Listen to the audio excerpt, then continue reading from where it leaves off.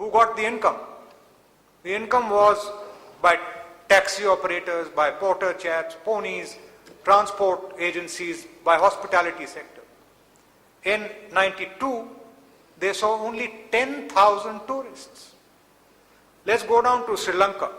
Between 83 and 87, cost of physical destruction was 23.5 billion US dollars. Expenses on resettlement of refugees was 586 million rupees. Loss from tourism, 17.3 million US dollars. FDI dropped from 66 to 22 billion US dollars. Look at the cascading effect on this.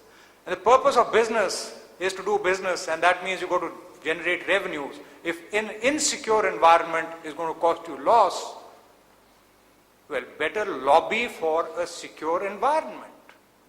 The remedy is not of arming people, of this, of that. It is sensitizing people and mobilizing minds towards more synergy towards this thing and creating a secure environment. I think that's something that has to be taken care of.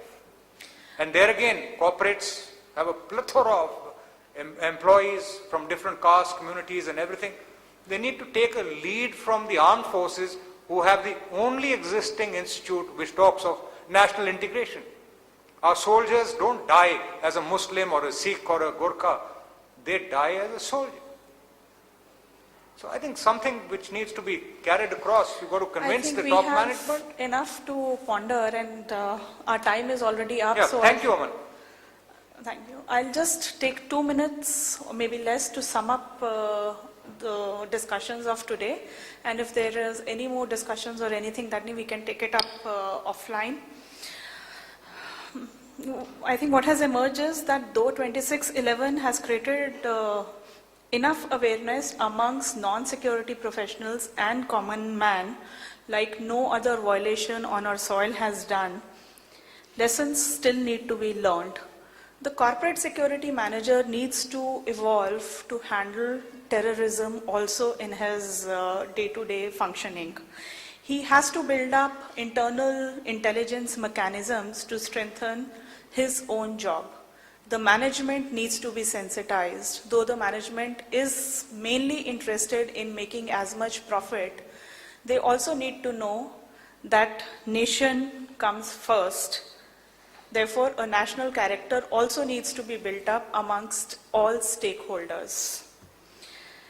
To do this, I think the corporate security manager needs proper education, upgradation of training facilities, and he has to stay updated by doing a clear threat and vulnerability assessment of his premises or whatever it is that he is protecting. This will aid him in doing his job as a corporate security manager more effectively and professionally. He needs to tackle up the new challenges and needs quickly to adapt himself to the new threats that he is facing and convinces management to help him in his job. I think with that, we would like to conclude today's panel discussion, and I would like everybody to give a big hand to the panelists. Thank you. And also another round of applause for the audience being so interactive and making this session very interactive. Thank you so much. Thank you.